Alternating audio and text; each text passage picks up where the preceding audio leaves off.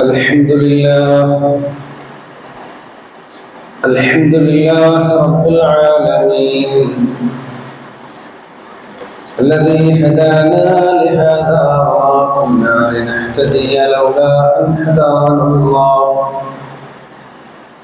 نحمده ونستعينه ونستغفره ونؤمن به ونتوكل عليه ونعوذ بالله من شرور أنفسنا ومن سيئات أعمالنا من يهده الله فلا مضل له ومن يضلل فلا هادي له وأشهد أن لا إله إلا الله وحده لا شريك له وأشهد أن محمدا عبده ورسوله أرسله بالهدى ودين الحق ليظهره على الدين كله ولو كره المشركون اللهم صل على محمد وعلى آل محمد كما صليت على إبراهيم وعلى آل إبراهيم إنك حميد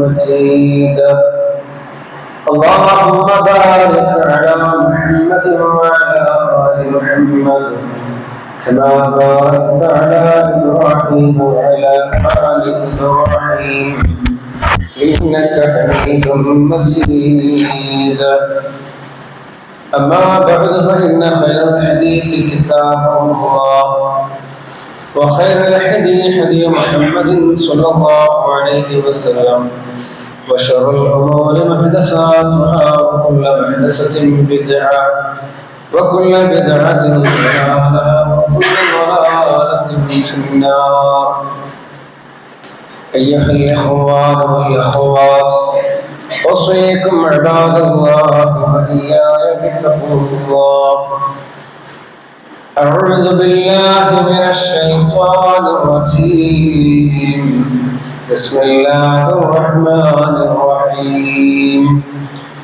يا أيها الناس اتقوا ربكم الذي خلقكم من نفس واحدة وخلق منها زوجها وبث منهما رجالا كثيرا ونساء واتقوا الله الذي تساءلون به والأرحام إن الله كان عليكم رقيبا يا أيها الذين آمنوا اتقوا الله حق تقاته ولا تموتن إلا وأنتم مسلمون സത്യവിശ്വാസികളെ വിശ്വാസം അല്ലാഹു റബ്ബുൽ ഇസ്സത്തിന്റെ വിധിവിലക്കുകൾ പാലിച്ചുകൊണ്ട് യഥാർത്ഥ മുത്തഖികളായി നിലകൊള്ളണമേ എന്ന് സ്വന്തത്തോടുന്നതുപോലെ വീണ്ടും ആദ്യമായി വസിയത്ത് ചെയ്യുകയാണ്. റഹ്മാനായ നാഥൻ യഥാർത്ഥ മുത്തഖികളിൽ നമ്മെ ഉൾപ്പെടുത്തുമാറാകട്ടെ. അല്ലാഹുവിന്റെ അനുഗ്രഹത്തിന്റെ കേദാരമായ വിശുദ്ധ റമളാൻ അത് നമ്മെ സമീപിച്ചുകൊണ്ടിരിക്കുകയാണ്. ശഅബാൻ പകുതിയിലേറെ കഴിഞ്ഞു. അതിന്റെ അവസാനത്തിലേക്കും റമളാന്റെ ആദ്യത്തിലേക്കും അടുത്തുകൊണ്ടിരിക്കുകയാണ്. ഏതൊരു പ്രധാനപ്പെട്ട സംഗതിയെയും നമുക്ക് അനുഭവിക്കാൻ കഴിയണമെന്നുണ്ടെങ്കിൽ അത് നമുക്ക് കുറച്ച് സാവകാശം കിട്ടി അത് ആസ്വദിക്കാൻ കഴിയാവുന്ന രൂപത്തിൽ നമ്മൾ പാകപ്പെടണം. അതുകൊണ്ടാണ് അല്ലാഹു സുബ്ഹാനഹു വ തആല എല്ലാ വർഷവും റമളാനിൽ അല്ലാഹു നോമ്പ് നിർബന്ധമാക്കിയിട്ടുണ്ട്. അപ്പോൾ നമുക്കറിയാം റമളാൻ മാസം അടുത്തെത്തിയിരിക്കുന്നു. അതിനെ വരവേൽക്കാൻ വേണ്ടി മനസ്സും ശരീരവും ഒരുക്കേണ്ടതുണ്ട്, കുടുംബത്തെ ഒരുക്കേണ്ടതുണ്ട്, സമ്പത്തിനെ ഒരുക്കേണ്ടതുണ്ട്, സമയത്തിനെ ഒരുക്കേണ്ടതുണ്ട്. ഇതെല്ലാം റമളാനിന് വേണ്ടി നാം ഒരുക്കി വെക്കണം. റമളാനിന്റെ ഓരോ സെക്കൻഡുകളും നഷ്ടപ്പെട്ടാൽ പിന്നീട് ദുനിയാവിൽ തിരിച്ചു കിട്ടാത്ത അത്രയും നന്മകളാണ്. നോമ്പ് കടമായാൽ അനവദനീയമായ കാരണങ്ങളെ കൊണ്ട് കടമായാൽ അവർക്ക് പിന്നീട് നോറ്റ് കിട്ടാം. പക്ഷെ എന്നാലും ആ റമദാന്റെ ആ പുണ്യം അത് കിട്ടില്ല. നോമ്പിന്റെ കടം വീടും, പക്ഷെ റമദാനിൽ നോമ്പെടുത്ത ആ പുണ്യം ലഭിക്കില്ല. അതുകൊണ്ട് തന്നെ നോമ്പ് നഷ്ടപ്പെടാതെ, അതിന്റെ ഓരോ സെക്കൻഡുകളും നഷ്ടമാകാതെ നമുക്ക് എങ്ങനെ ഉപയോഗപ്പെടുത്താം എന്ന് ഓരോരുത്തരുടെയും ജീവിത സാഹചര്യങ്ങൾ വെച്ചുകൊണ്ട് ഓരോരുത്തരും അതിനു വേണ്ടി തയ്യാറാവേണ്ടതുണ്ട്. ആദ്യമായി പാകപ്പെടുത്തുന്നത് മനസ്സിനെയാണ്. മനസ്സിനെ എങ്ങനെ പാകപ്പെടുത്തുക?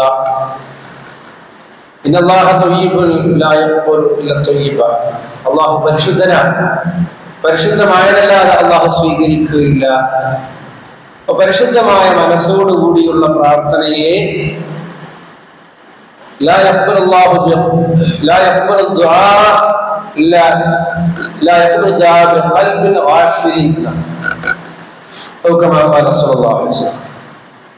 അശ്രദ്ധമായ മനസ്സിൽ നിന്ന് ഉള്ള പ്രാർത്ഥന അള്ളാഹു സ്വീകരിക്കില്ല.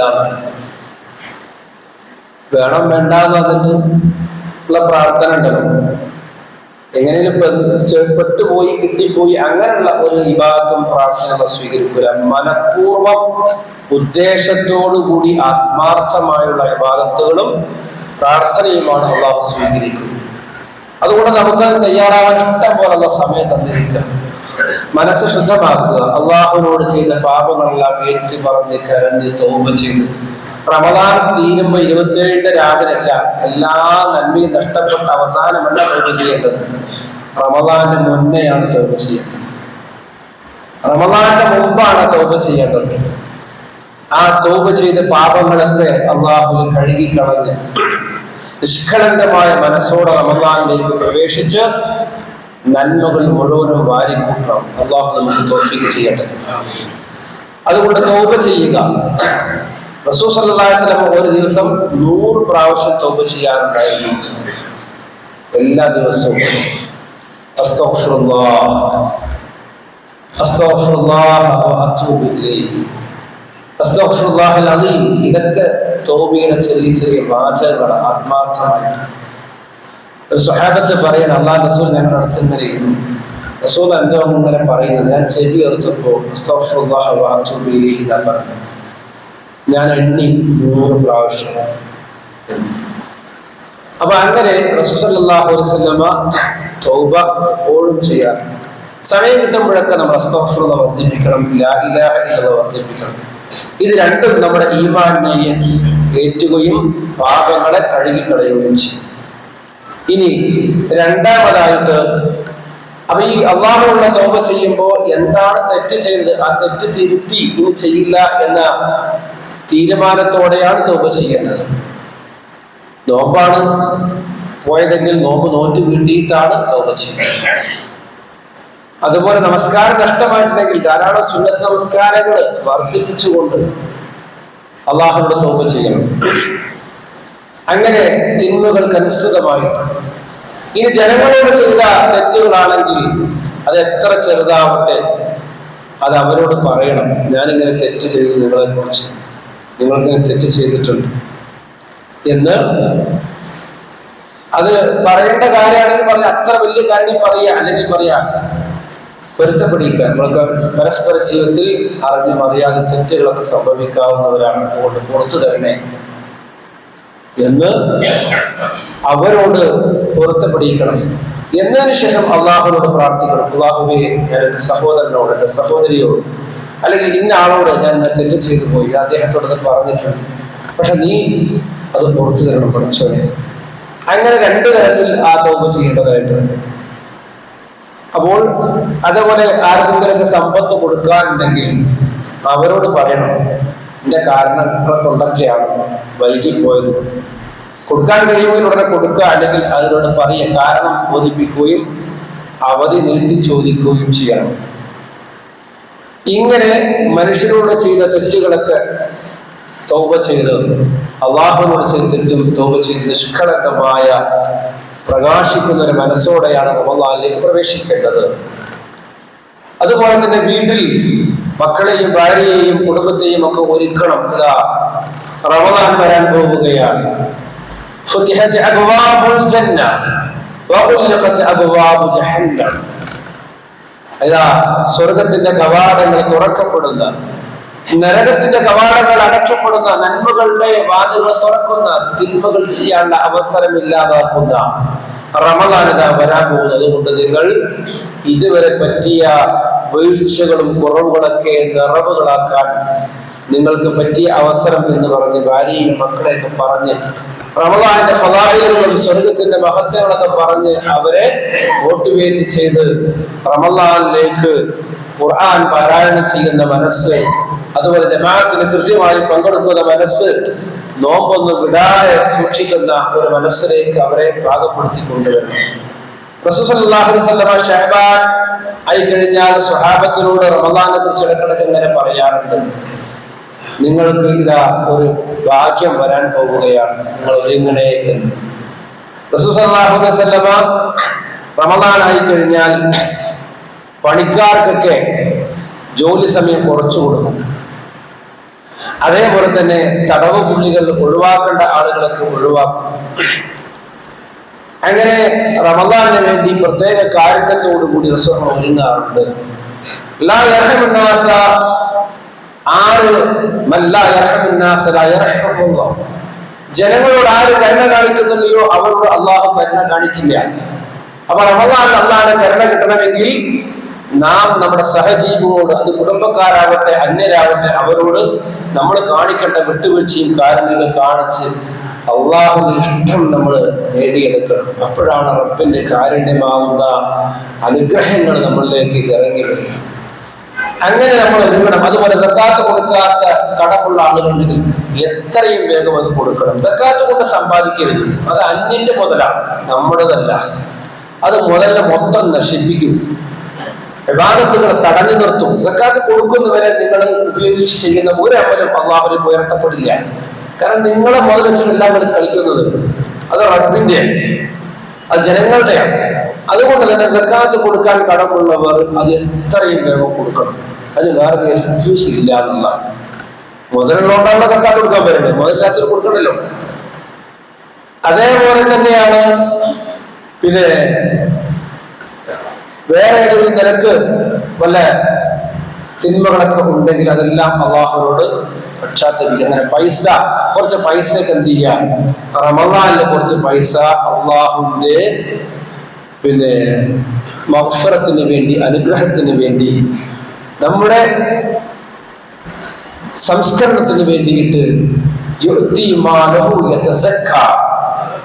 അവർ നന്നാവാൻ വേണ്ടി, പരിശുദ്ധി പ്രാപിക്കാൻ വേണ്ടി പണം ചെലവഴിക്കുന്നവരാണ് അവര്. പണം ചെലവഴിക്കേണ്ടത് നമ്മുടെ പരിശുദ്ധി, നമ്മൾ എന്താണ് മരിച്ചാൽ നമുക്ക് സ്വർഗം കിട്ടണം, അതിനു വേണ്ടി നമ്മൾ സമ്പാദിച്ച് എന്തെങ്കിലുമൊക്കെ ചെയ്യണം. അതല്ലാതെ നമ്മളൊന്നും നമുക്ക് വേണ്ടി നമ്മളൊന്നും ചെലവഴിക്കൂല, എല്ലാം കരുതി വെക്കും. അവസാനം നമ്മുടെ മരണം കഴിഞ്ഞാൽ ആൾക്കാരെ കൊണ്ട് പറയിപ്പിക്കും, ആ ചെങ്ങായി കുറെ സമ്പത്തുണ്ടാക്കി പോയി, മനുഷ്യന്മാർക്ക് സ്വയമില്ല, ആകെ അട്ടിയും പിടിയും കേസും കാണും അല്ലെ. പല തറവാടുകളും കാട് പിടിച്ച് കിടക്കണം, കേസാണ്. മക്കള് അന്യര് തമ്മിലുള്ള മക്കൾ തമ്മിൽ കേസ് അല്ലെ. എന്നിട്ട് വീടില്ലാതെ വാടകയ്ക്ക് പോയി താമസിക്കും. ഈ അവസ്ഥയിൽ ധാരാളം സംഭവം നമുക്ക് കാണാൻ കഴിയും. അതുകൊണ്ട് സമ്പത്ത് നമുക്കുള്ളത് കഴിച്ചിട്ട് മതി മക്കൾക്ക്. റസൂൽ ചോദിച്ചില്ലേ, നിങ്ങളിൽ ആരാണ് നിങ്ങളുടെ സമ്പത്തിനേക്കാൾ മറ്റുള്ളവരുടെ സമ്പത്തിനെ സ്നേഹിക്കുന്ന ആളുകൾ, അനന്തരാവകാശികളുടെ സമ്പത്തിനെ സ്നേഹിക്കുന്നവർ? സ്വഹാബത്ത് എന്താണെന്ന് പറഞ്ഞ നബി, ഞങ്ങളെല്ലാവരും ഞങ്ങളുടെ സമ്പത്തിനെ സ്നേഹിക്കാം. അനന്തരാവകാശം പറഞ്ഞാൽ ഞങ്ങൾ മരിച്ചതിന് ശേഷം ഞങ്ങളെ ആളുകൾ അവർക്കിവിടെ സ്വത്ത് സ്നേഹിച്ച് ഞങ്ങളുടെ ഗുണം. എന്നാൽ മനസ്സിലാക്കിക്കോ, നിങ്ങൾ തിന്നതും ഉടുത്തതും കൊടുത്തതും മാത്രമാണ് നിങ്ങളുടേത്, മറ്റതൊക്കെ മറ്റുള്ളവരുടെയാണ്. അവർ അതിനെ സ്നേഹിക്കണ്ട. നിങ്ങൾ തിന്ന്, നിങ്ങൾ ഉടുക്ക്, ജീവിക്ക്, മറ്റുള്ളവർക്ക് കൊടുക്ക്. അതിനാണ് സമ്പത്ത്. പിശുക്ക് കാണിച്ച് നല്ല വസ്ത്രം ധരിക്കാതെ, ഭക്ഷണം കഴിക്കാതെ, ജീവിക്കാതെ, അതുപോലെ കഷ്ടപ്പെടുന്ന പ്രയാസപ്പെടുന്നവരെ സഹായിക്കാതെ, സമൂഹത്തിൽ കാണുന്ന തിന്മകളെ ഇല്ലാതാക്കാൻ വേണ്ടി അള്ളാഹുവിന്റെ ദീനി പ്രബോധനങ്ങൾക്ക് കൊടുക്കാതെ പിശുക്കി വെച്ചാൽ അത് നിങ്ങൾക്ക് ദുനിയാവിലും ആഖിറത്തിലും നാശമാണ്. അതുകൊണ്ട് റമദാനില് സമ്പത്ത് ചെലവഴിക്കാൻ നമ്മുടെ മനസ്സ് വിശാലമാക്കി വെക്കണം. ഓരോരുത്തരും കൊണ്ട് അവനവനെ കൊണ്ട് കഴിയുന്ന സമ്പത്ത് ഈ റമദാൻ കൊണ്ട് എനിക്ക് നേടണം എന്നാണ്. അപ്പോൾ അങ്ങനെ ഒരുങ്ങിയിരിക്കണം. അപ്പൊ ഞാൻ പറഞ്ഞു വരുന്നത്, അങ്ങനെ റമദാനെ വരവേൽക്കാൻ നമ്മൾ സന്നദ്ധമാകുക. പൈസ കൊണ്ടും സമയം കൊണ്ടും. സമയം നമ്മൾ കരുതി വെക്കണം. ആളുകളുടെ പ്രധാനമായ കംപ്ലൈന്റ് സമയമില്ല എന്നുള്ളതാണ്. 24 മണിക്കൂർ എങ്ങനെയെങ്കിലും ആരെക്കൊണ്ട് പ്രാർത്ഥിപ്പിച്ചിട്ട് അതൊരു 25 മണിക്കൂറാക്കി മാറ്റി. 1 മണിക്കൂറെങ്കിലും ദിവസം കൂട്ടി കിട്ടിയാൽ നന്നായിരുന്നു. ഒരു വഴിയില്ല. റസൂലുള്ളാഹി പറഞ്ഞത് അവസാന കാലാകുമ്പോൾ സമയം ചുരുക്കപ്പെടുന്നില്ല. വർഷം മാസമായും, മാസം ആഴ്ചയും, ദിവസവും, മണിക്കൂറുകളും, സെക്കൻഡുകളും മിന്നൽ വേഗത്തിൽ സമയം പോകുന്നതാണ്. ഇപ്പൊ നമ്മൾ അനുഭവിക്കാൻ തുടങ്ങിയിരിക്കുന്നത് അല്ലേ? സുബഹി കഴിഞ്ഞ് നമ്മൾ പോയിട്ട് എത്ര സമയമുണ്ട്? ജുമാ കഴിഞ്ഞ് കുറച്ച് വർഷം കഴിക്കുമ്പോൾ അസുറായി. നമ്മുടെ ആയുസ്സാണ് ഈ പോകുന്നത്. അത് മനസ്സിലാക്കണം. ശമ്പളം വേഗം കിട്ടും, അല്ലെങ്കിൽ പൈസ സമ്പാദ്യം ഉണ്ടാവും, പക്ഷെ ആയുസ്സ തീർന്നു പോകുന്നത്. ആയുസ് തീർന്നു പോവുകയാണ്. അതുകൊണ്ട് ആ സമയത്തിന് വിലയുണ്ട്. ഒരു വർഷത്തിൽ 12 മാസത്തിൽ ഒരു മാസമെങ്കിലും നമ്മുടെ കാര്യത്തിന് വേണ്ടിയിട്ട്, നമ്മുടെ സുഖലോക ജീവിതത്തിന് വേണ്ടിയിട്ട്, യഥാർത്ഥ ജീവിതമാവുന്ന സ്വർഗത്തിന് വേണ്ടി നമുക്ക് ഇബാദത്തുകൾ ചെയ്യാൻ പരമാവധി യാത്രകൾ കുറയ്ക്കുക. അതുപോലെ പരമാവധി തിരക്കുകൾ കുറയ്ക്കുക. ബിസിനസ്സുകാരുടെ കഴിയുമെങ്കിൽ റമദാനിന് വേണ്ടിയിട്ട് ഒരു സ്റ്റാഫിനെ നിയമിക്കുക. നിങ്ങൾ അവിടെ ഇല്ലെങ്കിൽ ആ കുറവുകൾ പരിഹരിക്കാൻ വേണ്ടി ആ സ്റ്റാഫിന് നിങ്ങൾ കൊടുക്കുന്ന ശമ്പളം നിങ്ങളുടെ റിക്കാർഡിൽ അല്ലാതെ എഴുതും. റമദാനിന് ഇബാദത്ത് ചെയ്യാനുള്ള അവസരത്തിന് വേണ്ടി ഒരു പ്രത്യേക സ്റ്റാഫിനെ അപ്പോയിന്റ്മെന്റ് ചെയ്ത് ശമ്പളം കൊടുത്തു. മലക്കുകളുടെ അല്ല പ്രത്യേകിച്ച് പറയുന്നത്. അതുകൊണ്ട് അങ്ങനെ സമ്പത്ത് ചെലവഴിക്കാനുള്ളതാണ്. സമയം നമുക്ക് വേണ്ടി ചെലവഴിക്കാനുള്ളതാണ്. ഇങ്ങനെ നമ്മൾ ഒരുങ്ങണം. അല്ലാതിരുന്നാൽ എല്ലാ മാസം പോലെ ഈ മാസം ഇങ്ങനെ പോകും, വരുന്ന റമദാൻ മാസം. അതുകൊണ്ട് പ്രത്യേകിച്ച് ഒന്നും നമുക്ക് നേടാൻ കഴിയില്ല. റമദാൻ വന്നിട്ടും പാപങ്ങളെ പൊരുത്തപ്പെടാത്ത ആളുകളായോ അവർ നരകത്തിലേക്ക് മുഖം കുത്തുന്ന രൂപത്തിൽ വലിച്ചെടുക്കട്ടെ. അതാണ് മലക്ക് ജിബ്രീൽ അലൈഹിസ്സലാം പ്രാർത്ഥിച്ചു.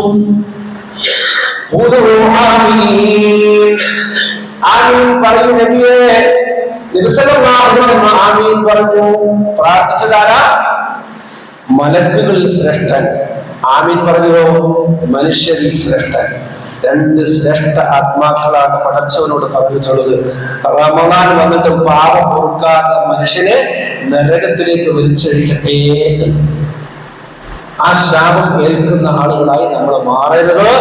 ഇവിടെ വന്നത് സ്വർഗം നേടാൻ വേണ്ടിയിട്ടാണ് എന്ന ചിന്ത നമുക്ക് ഉണ്ടാവേണ്ടതുണ്ട്. അല്ലാഹു അനുഗ്രഹിക്കട്ടെ. നന്മകളെ റമദാൻ വരികയാണ്. അപ്പൊ നന്മകള് ധാരാളം ചെയ്യേണ്ട സന്ദർഭമാണ് റമദാൻ മാസം. പക്ഷെ മനുഷ്യരിൽ നന്മകളോട് പലതരത്തിലുള്ള സമീപനമുള്ള ആളുകളാണുള്ളത്. ഒന്നാമത് നോക്കുക, സത്യസന്ധമായിട്ട് നന്മകളെ സ്വീകരിക്കുന്ന കാണുന്ന ആളുകളുണ്ട്. അതിനുദാഹരണമാണ് സ്വഹാബത്തുൽ കിറാം. നമ്മളെ പോലെ വിഷപ്പും പ്രയാസങ്ങളും എല്ലാം ഉള്ള പച്ചയായ മനുഷ്യരാണ് സ്വഹാബത്ത് റളിയല്ലാഹു അൻഹു. അവരെല്ലാവരും അള്ളാഹു തൃപ്തിപ്പെട്ടവരാണ്. അവര് വീടും നാടും വിട്ടു പോകുമ്പോ അവർക്ക് സങ്കടമുണ്ട്, കരച്ചിലുണ്ട്.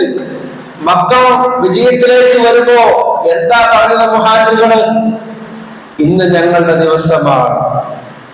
ഇന്ന് ഞങ്ങളുടെ വീട്ടിൽ നിന്ന് നാട്ടിൽ ഞങ്ങളെ ഓടിച്ച, ഞങ്ങളുടെ മക്കളെ കൊന്നുകളഞ്ഞ, അന്യനാട്ടിൽ പോയും ജീവിക്കാൻ സമ്മതിക്കാതെ ഞങ്ങൾ സ്വയം കെടുത്തിയ അവർക്കെതിരെ നടപടിയെടുത്ത ദിവസമാണിന്ന്. അൽയൗമുൽ മൽഹം, രക്തക്കൊലയുടെ ദിവസമാണിത് എന്ന് പറഞ്ഞപ്പോ റസൂൽ പറഞ്ഞു, അല്ല, അതല്ല ഇസ്ലാം.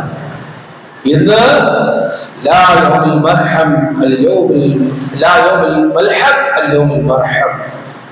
പ്രതികാരത്തിന്റെ രക്തച്ചൊരിച്ചിന്റെ ദിവസമല്ല, കാരുണ്യത്തിന്റെ ദിവസമാണ്. എന്താണ് കാരുണ്യമെന്ന് ലോകത്തിന് ഇസ്ലാം കാണിച്ചു കൊടുക്കുന്ന ദിവസമാണിന്ന് എന്ന് പറഞ്ഞ് മക്കയിലേക്ക് കടന്നു 10,000-ഓളം സൈന്യങ്ങളെ ഇരച്ച് കയറിയിട്ട് അവരോട് കൊടുത്ത നിർദ്ദേശം കരുണ കാണിക്കാനാണ്. ഇങ്ങോട്ട് ജീവൻ നഷ്ടപ്പെടുന്ന അവസ്ഥയിൽ എത്തിയാലേ വധിക്കാൻ പാടുള്ളൂ, അല്ലെങ്കിൽ ഒരാളെ വധിക്കാൻ പാടില്ല. ഇത്ര മഹനീയമായ കാരണത്തിന്റെ സന്ദേശം കൊടുത്ത ഇസ്ലാം. അപ്പോൾ അത്രമാത്രം പ്രയാസങ്ങൾ സഹിച്ചിരുന്നു. എന്നിട്ടും അവർ അള്ളാഹു അവരെ ഇഷ്ടപ്പെട്ടിരിക്കുന്നു എന്ന് പറയാൻ മാത്രം ജീവിതം അവർ അള്ളാഹു സമർപ്പിച്ചു ആത്മാർത്ഥമായിട്ട്. ഇതാണ് അപ്പൊ സത്യസന്ധമായിട്ട് അള്ളാഹുവിനെ ഇബാദത്ത് ചെയ്യാം. ഇബാദത്തിന് സത്യസന്ധത ഉണ്ടാവണം. ഇബാദത്ത് എന്താവണം? ഇന്ന സ്വലാത്ത തൻഹാ അനിൽ ഫഹ്ശാഇ വൽ മുൻകർ. തീർച്ചയായും നമസ്കാരം എല്ലാ നിഷിദ്ധ കർമ്മങ്ങളിലും നീച കൃത്യങ്ങളിൽ നിന്നും അത് നിങ്ങൾ തടയുമെന്ന് പറഞ്ഞാൽ, നിസ്കരിച്ചിട്ടും വായ തുറന്നാൽ കളവേ പറയുമെന്ന് പറഞ്ഞാൽ നിസ്കാരത്തോട് സത്യസന്ധത ഇല്ലാത്തവനാണ്. ഇബാദത്തുകള് സമയത്തിന് ചെയ്യുക എന്നതുപോലെ തന്നെ ഇബാദത്തുകൾ ചെയ്യുമ്പോൾ ആ ഇബാദത്തുകളിൽ ഉണ്ടാകേണ്ട നന്മയില്ലെങ്കിൽ അത് എന്താണ്? ഫവൈലുൽ മുസല്ലീൻ, നമസ്കരിക്കുന്നവർക്ക് മഹാനാശം. കുത്തിബ അലൈക്കുമുസ് സിയാമ കമാ കുത്തിബ അലല്ലദീന മിൻ ഖബ്ലിക്കും ലഅല്ലക്കും തത്തഖൂൻ. മുൻഗാമികളുടെ നിർബന്ധമാക്കി നിങ്ങൾക്കും നോമ്പ് നിർബന്ധമാക്കി ലഅല്ലക്കും തത്തഖൂൻ, നിങ്ങൾ വിശുദ്ധി പ്രാപിക്കാൻ വേണ്ടിയിട്ട്. എന്നാൽ നോമ്പ് കൊണ്ട് നാക്കിലോ നോക്കിലോ ചിന്തയിലോ പ്രവൃത്തിയിലോ വിശുദ്ധി ഇല്ലെങ്കിൽ കള്ളനാണ് ആ നോമ്പ്. ആ നോമ്പ് കൊണ്ട് ആത്മാർത്ഥത ഇല്ല ആ നോമ്പില് എന്നുള്ളതാണ്. ആത്മാർത്ഥമായി ഇബാദത്തുകൾ ചെയ്യണം. റസൂലുള്ളാഹി സ്വല്ലല്ലാഹു അലൈഹി വസല്ലമയുടെ അടുക്കൽ ഒരു സ്വഹാബി മക്കയിൽ നിന്ന് ഹിജ്റ പോകുമ്പോൾ, നബിയെ ഞാനും വരുന്നുണ്ട്, ഗ്രാമവാസിയാണ്. നമ്മുടെ നാട്ടിലൊക്കെ പറഞ്ഞ ആദിവാസി എന്ന് പറഞ്ഞില്ലേ, അതേപോലത്തെ ഗ്രാമത്തിൽ താമസിക്കുന്ന ഒരാൾ. അയാൾ നബിയെ ഞാനുണ്ട്, ഞാൻ മുസ്ലിം ആവുകയാണ്, എനിക്ക് ഇസ്ലാമിന് ഇഷ്ടമാണ്, ഞാൻ മദീനയിലേക്ക് വരികയാണ്. വേറെ പ്രശ്നമൊന്നുമില്ല അദ്ദേഹത്തിന്, നാട് വിട്ടു പോകേണ്ട ആവശ്യമില്ല. പക്ഷെ ഇസ്ലാമിന് വേണ്ടി നീന്നു അദ്ദേഹം നാട് വിട്ടു വരും. അങ്ങനെ അദ്ദേഹം ഇസ്ലാമിന് വേണ്ടി മക്കയിൽ നിന്ന് മദീനയിലേക്ക് നാട് വിട്ടു. അങ്ങനെ അദ്ദേഹം ഒരു യുദ്ധം നടന്നുകൊണ്ടിരിക്കുമ്പോൾ ആ യുദ്ധത്തിൽ ഉള്ള യുദ്ധം അവസാനിച്ചു. ഇടയ്ക്ക് ഒരു വിശ്രമമാണ്, ഇടയ്ക്ക് നിർത്തിവെച്ചു. അപ്പോൾ ആ ഒട്ടകങ്ങളെയും ആടുകളെയൊക്കെ മേയ്ക്കാൻ വേണ്ടിയിട്ട് അദ്ദേഹം ചെയ്യപ്പെട്ടു. അങ്ങനെ അദ്ദേഹം ഒക്കെ മേച്ചു വന്നപ്പോൾ സ്വഹാബികൾ കുറച്ച് സാധനങ്ങൾ കൊണ്ടു കൊടുത്തു അദ്ദേഹത്തിന്. അപ്പൊ ചോദിച്ചതെന്താ? ഇത് യുദ്ധത്തിൽ നിന്ന് കിട്ടിയ കുറെ സാധനങ്ങൾ എല്ലാവർക്കും വീതിച്ചു കൊടുത്തപ്പോൾ നിങ്ങൾക്കുള്ള പങ്കാണ്. അപ്പൊ ആ സ്വഹാബികൾ ഇതായിരുന്ന റസൂലുള്ളാഹി ഇതെടുത്ത് റസൂലുള്ളാഹിന്റെ കയ്യിലേക്ക് പോയി. റസൂലുള്ളാഹി ചോദിച്ചു, അല്ലാഹുവിന്റെ റസൂലേ, ഇതെന്താ സംഗതി? ഇത് യുദ്ധത്തിൽ ശത്രുക്കൾ ഇട്ടുപോയ യുദ്ധത്തിൽ നിന്ന് കിട്ടിയ സമ്പത്താണ്, അതെല്ലാവർക്കും കൊടുത്തുകൂടെ നിങ്ങൾക്കുമുള്ള പങ്കാണ്. അദ്ദേഹം പറഞ്ഞു, നബിയെ, ഞാൻ നാട് വിട്ട് വന്നതിനല്ല, ഞാൻ ഹിജ്റ വന്നതിനല്ല, എനിക്കിത് ആവശ്യമില്ല. ഞാൻ വന്നത് ഏറ്റവും വലിയ പദവിയാവുന്ന ഷഹീദിന്റെ പദവി കിട്ടാനാണ് ഞാൻ യുദ്ധത്തിൽ പങ്കെടുക്കുന്നത്. എന്റെ ആഗ്രഹം എന്റെ തൊണ്ടയിൽ അമ്പ് തെറിക്കണമെന്നാണ്. എന്റെ തൊണ്ടയിൽ അമ്പ് തെറിക്കണം, എന്നിട്ട് ഞാൻ ഷഹീദാകണം. അതാണ് എന്റെ ആഗ്രഹം. എന്നാലും ഞാൻ തൃപ്തിപ്പെടുകയുള്ളൂ. റസൂൽ സല്ലല്ലാഹു അലൈഹി വസല്ലം പറഞ്ഞു, നീ അല്ലാഹുവിൽ സത്യസന്ധത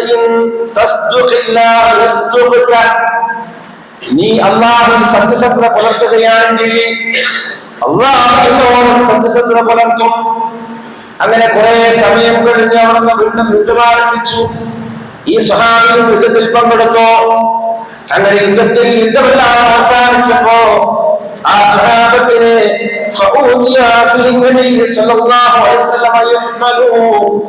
ഷഹീദായ ഈ സ്വഹാബി ചുമന്നുകൊണ്ടുവരികയാണ്. സ്വഹാബത്ത്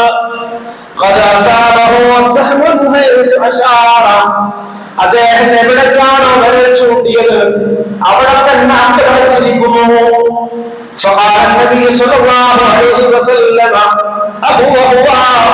ഇത് അദ്ദേഹമാണോ നേരത്തെ സംസാരിച്ച ആ മനുഷ്യനാണോ? സ്വഹാബത്ത് പറഞ്ഞു,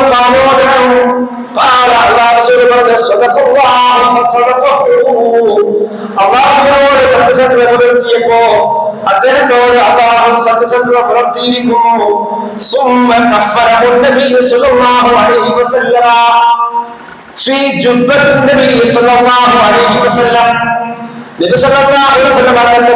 കൈകൊണ്ട് അവിടുത്തെ ധരിച്ചിരുന്ന ജുബ്ബയെടുത്ത് ആ ജുബ്ബയിൽ തന്നെ അദ്ദേഹത്തെ കഫൻ ചെയ്തു. എന്നിട്ട് എല്ലാ ഷഹീദുകളെയും ഏറ്റവും മുമ്പിൽ കൊണ്ടുപോയി അദ്ദേഹത്തെ കിടത്തി. എന്നിട്ട് അദ്ദേഹത്തിന്റെ അടുത്ത് തന്നെ നിന്നുകൊണ്ട് നമസ്കരിച്ചു. എന്നിട്ട് റസൂലുള്ളാഹി അലൈഹി വസല്ലം ആ നമസ്കാരത്തിന് ശേഷം അല്ലാഹുവിനെ പ്രാർത്ഥിക്കുകയാണ്, അല്ലാഹുമ്മ ഹദാ അബ്ദുക ഖർദ മാബറു ഫീ സബീലിക. അല്ലാഹുവേ, നിന്റെ ഈ അടിമ നിനക്ക് വേണ്ടി നാട്ടിൽ നിന്ന് പുറത്തു വന്നവരാണ്, നാട് ദേശിച്ചുകൊണ്ട് ഇവിടെ വന്നവരാണ്. അദ്ദേഹം ആഗ്രഹിച്ചു പോലെ ഷഹീദായിരിക്കുകയും ചെയ്യുന്നു. അല്ലാഹുവേ, നിന്റെ അടുക്കൽ ഇയാൾക്ക് വേണ്ടി ഞാൻ സാക്ഷിയാണ്, ഇയാളുടെ ഷഹാദത്തിന് ഞാൻ സാക്ഷിയാണ്. ഇത് പറഞ്ഞെന്തറിയോ? ആ ഷഹാദത്തിന്റെ ആഗ്രഹം ആത്മാർത്ഥമായി ഷഹീദാകണമെന്ന്. അപ്പൊ അമലുകൾ ചെയ്യുന്ന ആത്മാർത്ഥമായിട്ടാണ്. നിങ്ങള് പടച്ചവനെ ഇബാദത്തിലായി കൊണ്ട് ധരിപ്പിക്കണേ എന്ന് പ്രാർത്ഥിക്കുക. അതിൽ ആത്മാർത്ഥതയുമുണ്ടെങ്കിൽ ഇബാദത്ത് തന്നെ മരിക്കാൻ പറ്റും. നല്ല അമലുകൾ ചെയ്യുമ്പോൾ മരിക്കണ പടച്ചവനെ പ്രാർത്ഥിച്ച് നല്ല അമലുകൾ മുഴുകിയാൽ അങ്ങനെ തന്നെ മരിക്കാൻ പറ്റും. അള്ളാഹുവോട് സത്യസന്ധത പുലർത്തിയാൽ അള്ളാഹുവോട് സത്യസന്ധത പുലർത്തുമെന്ന് റസൂലുള്ളാഹി സ്വല്ലല്ലാഹു അലൈഹി വസല്ലം പഠിപ്പിക്കുക. അപ്പോ നന്മകളെ ആത്മാർത്ഥമായി സമീപിക്കുന്ന ആളുകളുണ്ട്. രണ്ടാമത്, നന്മ എന്ന് എഴുതിക്കൊണ്ട് പഠനം ചെയ്യുന്ന ആൾക്കാരുണ്ട്. റമദാൻ വരാൻ പോവുകയാണ്. റമദാൻ ഒരുപാട് നന്മ ചെയ്യണമല്ലോ. അതുകൊണ്ട് തന്നെ കുറെ നന്മകളൊക്കെ ചെയ്യും. ആ ചെയ്യുന്ന നന്മകള് അല്ലാഹു റസൂലുള്ളാഹി പഠിപ്പിച്ച സുന്നത്താണോ അല്ല പിന്നീട് വന്ന ബിദ്അത്താണോ എന്ന് പരിഗണിക്കാതെ അങ്ങനെ ചെയ്യുന്ന ആളുകളുണ്ട്. അല്ലാഹു സുബ്ഹാനഹു വ തആല പറഞ്ഞില്ലേ, അവരോട് ചോദിക്കുക,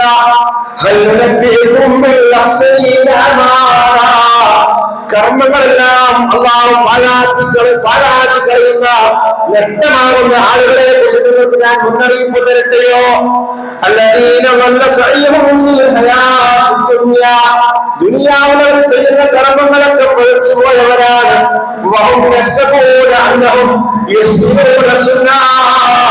അവർ വിചാരിക്കുന്നു ഞങ്ങൾ ചെയ്യുന്ന നല്ല കാര്യങ്ങളാണ്, ഞങ്ങൾ നല്ല റൂട്ടിലാണ് പോയിക്കൊണ്ടിരിക്കുന്നത് എന്ന് അവർ വിചാരിക്കുകയും ചെയ്യുന്നു. അതിന്റെ ചില ഉദാഹരണങ്ങളാണ് നമസ്കാരത്തിന് ശേഷമുള്ള കൂട്ടപ്രാർത്ഥന.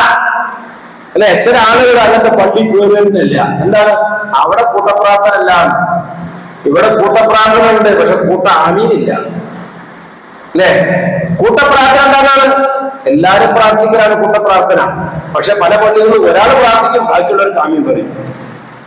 അല്ലെ, അത് കൂട്ട ആമീനാണ്, കൂട്ടപ്രാർത്ഥന ആവില്ല. റസൂലുള്ളാഹി സ്വല്ലല്ലാഹു അലൈഹി വസല്ലം ഇസ്ലാമിന്റെ ആദ്യ കാലഘട്ടങ്ങളിൽ സ്വഹാബത്തിന് പുതിയതാണ് ഇസ്ലാമിലേക്ക് വരുന്ന ആളുകൾക്ക് നിസ്കാരത്തിന് ശേഷം ചൊല്ലേണ്ട ദിക്റുകൾ അറിയില്ല. അപ്പോൾ ആ ദിക്റിന്റെ നബിയിങ്ങനെ ഉറക്കപ്പറയും. സ്വഹാബികളും അത് കേട്ടിട്ട് ഇങ്ങനെ പറഞ്ഞു പഠിക്കും. അവരാരും ആമീൻ പറഞ്ഞിട്ടില്ല. അവരൊക്കെ നബി പറയുന്ന പോലെ അങ്ങനെ പറഞ്ഞു പഠിക്കുമായിരുന്നു. ആളുകളൊക്കെ പഠിച്ചപ്പോൾ നിർത്തി. പക്ഷേ അങ്ങനെ പറയുമ്പോൾ നബി കൈകൊണ്ടിച്ചിട്ടുണ്ടായിരുന്നില്ല. അതൊരു ദുആയായിട്ട് മറ്റുള്ളവരെ കൊണ്ട് ആമീൻ പറയാനും പറഞ്ഞിട്ടുണ്ടായിരുന്നില്ല. സ്വഹാബത്ത് പല സമയത്തും അങ്ങനെ പഠിച്ചിട്ടുണ്ട്. നബി സല്ലല്ലാഹു അലൈഹി വസല്ലം നമസ്കരിക്കുമ്പോൾ ഓടുന്ന സൂറത്തുകൾ കേട്ടുകൊണ്ട് ഇന്ന സൂറത്ത് ഞാൻ നബിയുടെ നിസ്കാരത്തിന് പഠിച്ചതാണെന്ന് പറയുന്ന സ്വഹാബികൾ നമുക്ക് കാണാം. അങ്ങനെ സ്വഹാബികൾ പഠിക്കാൻ വേണ്ടി ആദ്യത്തെ നബി മയ്യത്ത് നമസ്കരിക്കുമ്പോ പ്രാർത്ഥനയ്ക്ക് ഉറക്കെ പറയും. എന്തിനറിയോ? സ്വഹാബത്തൊന്നും അറിയില്ല. അവരെ പഠിപ്പിക്കാൻ വേണ്ടി ഉറക്കെ പറയും പ്രാർത്ഥനകളൊക്കെ. അപ്പൊ സ്വഹാബത്തൊക്കെ കേട്ട് പഠിക്കും. എന്ന് ചിപ്പ് ഉറക്കെ പറയാൻ പാടില്ല, അതൊരു വിദഗ്ധാവും. കാരണം എന്താ? സ്വഹാബത്ത് ഉമറുള്ളാഹി അബൂബക്കർ അങ്ങനെ ചെയ്തിട്ടില്ല. സ്വഹാബത്ത് ആരും ചെയ്തിട്ടില്ല. നബി ഇവരെ പഠിപ്പിക്കാൻ വേണ്ടി ചെയ്തതാണ്. അത് പഠിച്ചു നിർത്തുകയും ചെയ്തു. അതുകൊണ്ട് തന്നെ ചില ആളുകൾ ആ പള്ളി പോയ പ്രാർത്ഥന ഇല്ല. ആ പള്ളി പോയ പ്രാർത്ഥന ഇല്ല. ആരാ പറഞ്ഞ പ്രാർത്ഥന ഇല്ല? ജുമാ കഴിഞ്ഞാൽ ഏറ്റവും ശ്രേഷ്ഠമായ സമയം 5 നേരത്തെ സമയവും ദിക്റുകൾ ചൊല്ലേണ്ട ദിക്റൊക്കെ ഇന്ന് ചൊല്ലണം. ഇതൊരു പടച്ചോടാണ് ആത്മാർത്ഥ. ഈ ഇരിക്കുന്ന പലരുടെയും പാപ്പമാര് ഹോസ്പിറ്റലിലാണ്, പലരുടെയും കുട്ടികള് രോഗികളാണ്, പലരുടെയും ഭാര്യമാര് രോഗികളാണ്. ഇത് വന്നത് എനിക്കറിയൂ. എന്റെ മനസ്സിൽ എന്താവോ? എന്റെ മനസ്സിൽ എന്റെ പെങ്ങളുടെ കുട്ടിക്ക് ഹോസ്പിറ്റലിലാണ്. എന്റെ മനസ്സിൽ അറിയുള്ളൂ. അങ്ങനെ ഓരോരുത്തർക്കും പറഞ്ഞോട്ട് പറയാൻ ഓരോരുണ്ട്. അപ്പോൾ അവനവന് പറയേണ്ട കാര്യങ്ങൾ അവനവൻ പഠിച്ച റബ്ബിനോട് കിട്ടുന്ന സന്ദർഭത്തിൽ പ്രാർത്ഥിക്കണം. പാപങ്ങൾ കൊടുക്കാൻ, രോഗങ്ങൾ മാറാൻ, അതുപോലെ ദുനിയാവിൽ ജീവിതം നന്നാവാൻ, അങ്ങനെ കുടുംബബന്ധം നന്നാവാൻ. ചില ആളുകൾ ഭാര്യമാര് തെറ്റിട്ടായിരിക്കും വന്നിരിക്കുന്നുണ്ടാവുക. അയാളുടെ പ്രശ്നം എന്താ? പഠിച്ചോനെ എന്റെ ഭാര്യയുടെ സ്വഭാവം നന്നാക്കണേന്നാണ്. അല്ലെ, ഇങ്ങനെ ഓരോരുത്തർക്കും ആവശ്യമുള്ള കാര്യങ്ങളൊക്കെ പ്രാർത്ഥിക്കാൻ അവസരം അത് കൂട്ടമായി ഒരാൾ പ്രാർത്ഥിക്കാൻ മറ്റുള്ളവർക്ക് ആമീൻ പറയാനുള്ളതല്ല. അതുകൊണ്ട് തന്നെ അങ്ങനെ ഒരു രീതി ബിദ്അത്താണ്. റസൂൽ അങ്ങനെ പ്രാർത്ഥിക്കുകയും സ്വഹാബത്ത് ആമീൻ പറയുകയും ചെയ്തിട്ടില്ല. അതുപോലെ സ്വഹാബത്തുകളാരും തന്നെ ഇങ്ങനെ ഏതെങ്കിലും ഒരു പള്ളിയിൽ ഇങ്ങനെ പ്രാർത്ഥിച്ചിങ്ങനെ ആമീൻ പറയുന്ന രീതി ഉണ്ടായിട്ടില്ല. പുരോഹിതന്മാർക്ക് പ്രാധാന്യം കൊടുത്ത് എന്തിനും പുരോഹിതന്മാര് മാത്രം പറയണമെന്ന ചിന്ത യഹൂദ നസാറാക്കളിൽ നിന്ന് ഷിയാക്കൾ വഴി കടന്നു വന്നതാണ്. സുന്നികളുടെ വിശ്വാസമില്ല. ലോകത്ത് രണ്ടേ രണ്ട് ആളുകളെ ഇസ്ലാമിനുള്ളൂ. ഒന്ന് ഷിയാക്കളും ഒന്ന് സുന്നികളാണ്. ലാ ഇലാഹ ഇല്ലല്ലാഹ് മുഹമ്മദ് റസൂലുള്ളാഹി എന്ന് പറഞ്ഞ് ഖുർആനും സുന്നികളും പോകുന്നവരെല്ലാം സുന്നികളാണ്. അത് എന്ത് സംഘടന പേര് പറഞ്ഞാലും എല്ലാവരും സുന്നികളാണ്. എന്നാൽ അതിന് വ്യത്യാസമായി നിൽക്കുന്ന ഷിയാക്കളാണ്. അവരുടെ വിശ്വാസം വേറെയാണ്. അതുപോലെ കാദിയാനികളുണ്ട്. കാദിയാനികളിൽ ഇപ്പോഴും നബിമാരെന്ന് വിശ്വസിക്കുന്ന ആളുകളാണ്. അവർ ഇസ്ലാം എന്ന് പുറത്താണ്. അവർ ഷിയാക്കളും കാദിയാനികള് പിന്നെ നമ്മുടെ നാടുകളിലാണ് ഗൾഫ് നാടുകളുടെ മുഹദ്ദിസുകളും അതുപോലെയുള്ള ആളുകളൊക്കെ ഉണ്ട്. അപ്പോൾ പറഞ്ഞു വന്നത് അങ്ങനെ അതിന് അതേപോലെ നമസ്കാരത്തിന് മുമ്പുള്ള നിയ്യത്ത് ചൊല്ലുക. ഒരാൾ നിസ്കരിക്കാൻ പറ്റില്ല. ഞാനിത് പള്ളിയിൽ പോയിട്ട് ഒരാളെ പിന്നാന്നിട്ട് കുടുങ്ങിപ്പോയി. മൂപ്പർക്ക് നിയ്യത്ത് ഉറക്കാണ്ട് ഇമാമ് ഞാൻ മയ്യത്ത് നിസ്കാരമാണോ എന്ന് വിചാരിച്ചു പോയി. അപ്പൊ ഞങ്ങളെല്ലാം കഴിയുന്നു. പിന്നെ അപ്പൊ എല്ലാവരും ഇത് പഠിച്ചെടുക്കുന്നത് എത്ര തെറ്റുണ്ട്.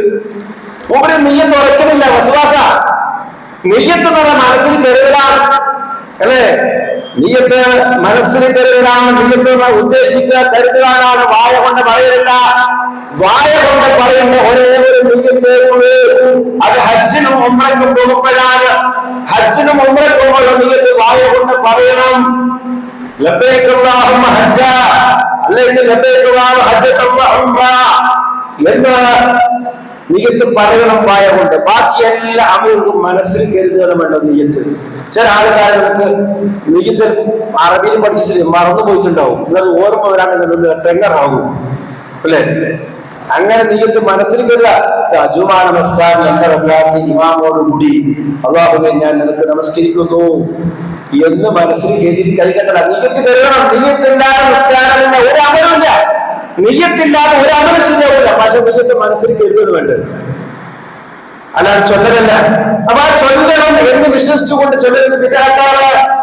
അതേപോലെ തന്നെ ആഘോഷങ്ങള് റമദാൻ മാസത്തിൽ പോലും നല്ലതാണ്, നല്ല കിട്ടണമെന്ന ആഘോഷത്തോടുകൂടി ജനന മരണ ദിനങ്ങൾ ആഘോഷിക്കുന്ന അതിൽ പ്രത്യേകമായ ഇബാദത്ത് ചെയ്യുന്ന ആളുകള് ഏറ്റവും വിശുദ്ധമായ റമദാൻ മാസം 17 ബദ്രീങ്ങളുടെ പേര് പറഞ്ഞുകൊണ്ട് ഭക്ഷണമുണ്ടാക്കുകയും അതുപോലെ മറ്റു പല കാര്യങ്ങൾ ചെയ്യുകയും ചെയ്യുക.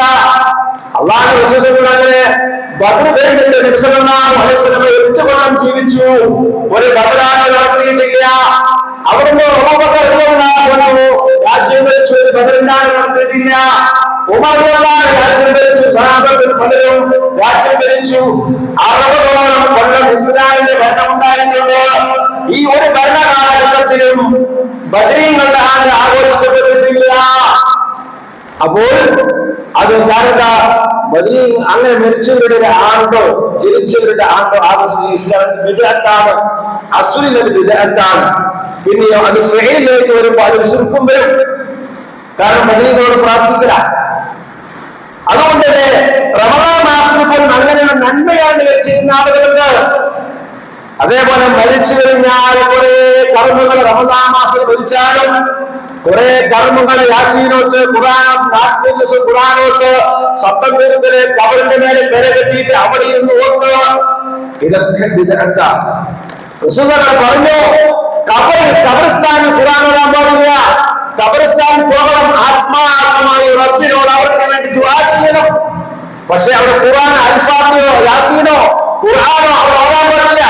നബിസല്ലല്ലാഹു പറഞ്ഞു നിങ്ങളുടെ കബർ വീടുകളിൽ നിങ്ങൾ ഖുർആൻ ഓതണം. നിങ്ങളുടെ വീടുകൾ നിങ്ങൾ ഖബർസ്ഥാനാക്കരുത് എന്ന്. എന്താ അർത്ഥം? നിങ്ങളുടെ വീടുകളിൽ ഖുർആൻ ഓതണം, നിങ്ങളുടെ വീടുകളിൽ ഖബർസ്ഥാനാക്കരുത് എന്ന് പറഞ്ഞ അർത്ഥം എന്താ? ഖബർസ്ഥാനിൽ ഖുർആനൊന്നുമില്ലാതെ നബിസല്ലല്ലാഹു ഒരിക്കലും ഖബർസ്ഥാനിൽ പോയി ഒരു സൂറത്ത് പോയിട്ടില്ല. റസൂലുള്ളാഹി ദുആ ചെയ്തിട്ടുണ്ട്, സ്വഹാബികൾക്ക് ദുആ ചെയ്തിട്ടുണ്ട്. ഖബർ സിയാറത്ത് വളരെ പുണ്യമുള്ള അമലാണ്. പക്ഷെ അവിടെ ചെന്നുകൊണ്ട് ഖുർആൻ ഓതാൻ അത് റമദാൻ ചെയ്യുന്ന ആളുകളുണ്ട്. അങ്ങനെ നന്മകളാണെന്ന് കരുതിക്കൊണ്ട് കുറെ വിചാരങ്ങളൊക്കെ ചെയ്യുന്ന ആളുകൾ, അങ്ങനെ നന്മയോട് പല സമീപനമുള്ള ആളുകൾ, അതുപോലെ നന്മയും അവസരം കിട്ടിയാൽ തിന്മയും ചെയ്യുന്ന ആളുകൾ, കിട്ടിയ ചാൻസ് നല്ല എല്ലാ തെറ്റുകളും ചെയ്യും, നല്ല നന്മയും ചെയ്യും. അങ്ങനെയുള്ള ആളുകളെയും കാണാൻ കഴിയും. പരലോകത്ത് അവരുടെ നന്മകളെല്ലാം നിഷ്ഫലമാക്കി കളയുന്നത്. അതേപോലെ നന്മ ചെയ്യാൻ ആഗ്രഹം ഉണ്ടായിട്ടും അതിൽ തൗഫീഖ് ലഭിക്കാത്ത ആളുകളുമുണ്ട്. പൈസ കൊണ്ട് ആരോഗ്യമുണ്ട്, ചെയ്യണമെന്നുണ്ട്, പക്ഷെ ചെയ്യാൻ കഴിയുന്നില്ല. അതിനാ അല്ലാഹു പറഞ്ഞു, അല്ലാഹുമ്മ അഇന്നി അലാ ദിക്രിക വശുക്രിക വഹുസ്നി ഇബാദതിക. അല്ലാഹുവേ, നിന്നെ ഓർക്കാനും നിനക്ക് നന്ദി കാണിക്കാനും ഏറ്റവും നന്നായി ഇബാദത്ത് ചെയ്യാൻ ഞങ്ങളെ നീ അനുഗ്രഹിക്കണേ, സഹായിക്കണേ എന്ന് റബ്ബിനോട് പ്രാർത്ഥിക്കണം. അതേപോലെ തന്നെ അടുത്തതായി നമുക്ക് കാണാൻ കഴിയും, വേറെ സമീപനമുള്ള ആളുകളെ നമുക്ക് കാണാൻ കഴിയുകയാണ്. നന്മ ചെയ്യാൻ ആഗ്രഹം ഉണ്ട്, പക്ഷേ ആകെ തിന്മയിൽ മുഴുകി കിടക്കുന്ന ആളുകളാണ്. അതുകൊണ്ട് അവിടെ ഞാനൊക്കെ നീ ചെയ്താൽ സ്വീകരിക്കൂ എന്ന് പറഞ്ഞ ആകെ തിന്മയിൽ മൂടിക്കിടക്കുന്ന ആളുകള്, എല്ലാ അർത്ഥത്തിലും വെറും സിനിമയും പലിശയും അതുപോലുള്ള എല്ലാ തിന്മകളും ചെയ്തിട്ട് അതിൽ ഇങ്ങനെ മുഴുകി നന്മയെക്കുറിച്ച് ചിന്തിക്കാത്ത ആളുകള്. ഇതിൽ ഏതിലാണ് നമ്മൾ പെടുക എന്ന് ആലോചിക്കുക. റമദാൻ മാസം വരാൻ പോവുകയാണ്. അല്ലാഹു നമ്മെ അനുഗ്രഹിക്കട്ടെ. إن الحمد لله كثيرا طيبا مباركا فيه ربنا وحمد الله وصلى الله وسلم على نبينا محمد وآله. يا أيها الذين آمنوا اتقوا الله حق تقاته ولا تموتن إلا وأنتم مسلمون. സത്യവിശ്വാസികളുടെ വിശ്വാസികൾ അല്ലാഹുവിനെ യഥാർത്ഥ രൂപത്തിൽ ഭയപ്പെട്ട് പരിപൂർണ്ണ മുസ്ലിമായിക്കൊണ്ട് മാത്രം ഈ ലോകത്ത് നിന്ന് മരിച്ചു പോകണേ എന്ന് സ്വന്തത്തോടുപോലെ വീണ്ടും വസീയത്ത് ചെയ്യുകയാണ്. അല്ലാഹു നമ്മെ തുണയ്ക്കുമാറാകട്ടെ. അപ്പോൾ റമദാനിന് വേണ്ടി സമ്പത്തും ശരീരവും മനസ്സും കുടുംബവും എല്ലാം ഒരുങ്ങണം. പെട്ടെന്ന് ഒന്നും ഉണ്ടാകുന്ന അവസാനം റമദാൻ വന്നാൽ ഒന്നും ഉണ്ടാവില്ല, ഒന്നും സമയം കിട്ടൂല. അവിടെ എല്ലാം ഒരു തർത്തീബാക്കി വെക്കണം. റമദാൻ വരുന്നതിന് മുമ്പ് അല്ലാഹു തൗഫീഖ് നൽകുമാറാകട്ടെ. നന്മയോട് ആത്മാർത്ഥമായ സമീപനം, ഒരു ഇഷ്ടവും നമുക്കുണ്ടാവണം. നന്മയിൽ ആയി ജീവിച്ച് മരിക്കാൻ അല്ലാഹുവിനെ പ്രാർത്ഥിക്കുകയും ചെയ്യണം. അല്ലാഹു നമ്മെ യഥാർത്ഥ മുത്തഖീങ്ങളിൽ മുഅ്മിനീങ്ങളിൽ ഉൾപ്പെടുത്തുമാറാകട്ടെ. ധാരാളം സഹോദരങ്ങളിൽ വീടുകളിലും ഹോസ്പിറ്റലുകളിലും പലവിധ രോഗങ്ങളും കൊണ്ട് പ്രയാസപ്പെടുന്ന ആളുകളുണ്ട്, അത്യാഹിതങ്ങൾ സംഭവിച്ച ആളുകളുണ്ട്. അള്ളാഹു അവർക്കെല്ലാം തന്നെ ഷിഫ നൽകുകയും യഥാർത്ഥ മരുന്നിലേക്ക് ചികിത്സയിലേക്ക് അള്ളാഹു അവരെ എത്തിക്കുകയും ആരോഗ്യമുള്ള ദീർഘായുസ്സ് അല്ലാഹു പ്രദാനം ചെയ്യുകയും ചെയ്യുമാറാകട്ടെ. اللهم اغفر للمؤمنين والمؤمنات والمسلمين والمسلمات الأحياء منهم والأموات إنك مجيب الدعوات يا قاضي الحاجات. اللهم أجرنا من النار، اللهم أجرنا من النار، اللهم أجرنا من النار، ولا تشفي حلقنا بالنار، ولا تجعلنا من حطب النار، فإنها بئس الدار وبئس المثوى وبئس القرار. ربنا اغفر لنا ولإخواننا الذين سبقونا بالإيمان ولا تجعل في قلوبنا غلا للذين آمنوا ربنا إنك رؤوف رحيم. وصلى الله وسلم على محمد وآله والحمد لله رب العالمين.